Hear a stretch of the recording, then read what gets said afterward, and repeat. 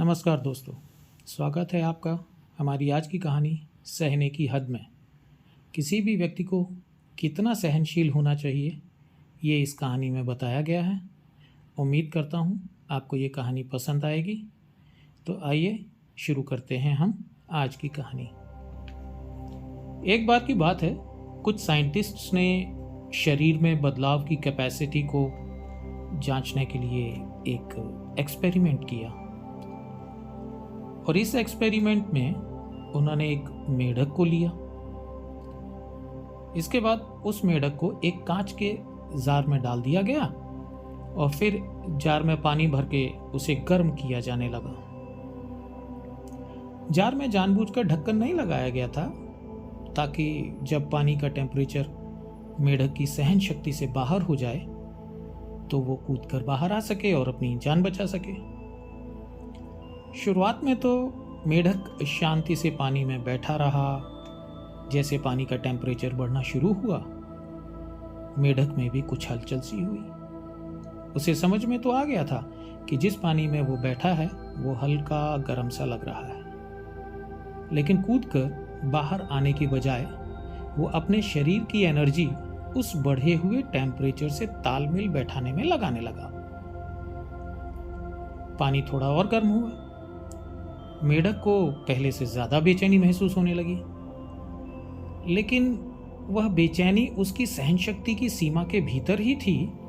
इसीलिए वह पानी से बाहर नहीं कूदा, बल्कि दोबारा से अपने शरीर की एनर्जी को उस गर्म पानी से तालमेल बैठाने में लगाने लगा।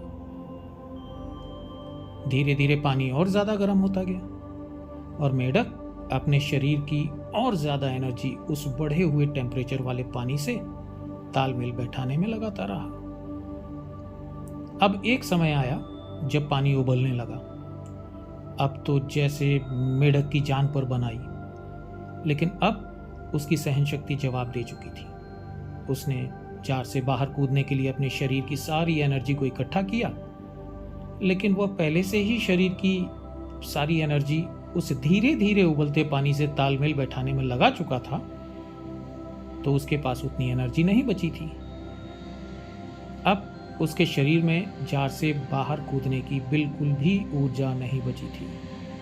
वह जार से बाहर कूदने में नाकाम रहा और उसी जार में मर गया। दोस्तों, अगर समय रहते उसने अपनी शरीर की ऊर्जा का प्रयोग जार से बाहर कूदने में किया होता तो निश्चय ही वह जीवित होता।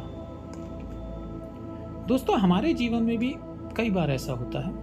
अक्सर सिचुएशंस फेवरेबल नहीं होने पर भी हम उसे सुधारने या उससे बाहर निकलने की कोशिश न करके उसके साथ तालमेल बैठाने में लग जाते हैं और हमारी आंख तब खुलती है जब सिचुएशंस बेकाबू हो जाती हैं और हम पछताते रह जाते हैं कि काश समय रहते हमने कोई कोशिश क्यों नहीं की। इसीलिए शुरुआती अनुभव होते ही परिस्थितियां सुधारने की कार्यवाही शुरू कर दें और जब समझ में आ जाए कि अब इन्हें संभालना मुश्किल है तो बेहतर है कि उससे बाहर निकल जाएं। परिस्थितियों से लड़ना आवश्यक है, लेकिन समय रहते उससे बाहर निकल जाना बुद्धिमानी है। तो दोस्तों, हमारी आज की कहानी यहीं पर संपन्न होती है। इसी प्रकार की और रोचक शिक्षाप्रद कहानी सुनने के लिए कृपया चैनल को सब्सक्राइब करें, लाइक करें और मित्रों के साथ शेयर भी करें। साथ ही अपने सुझाव कमेंट बॉक्स में ज़रूर लिखें। धन्यवाद। आपका दिन शुभ हो।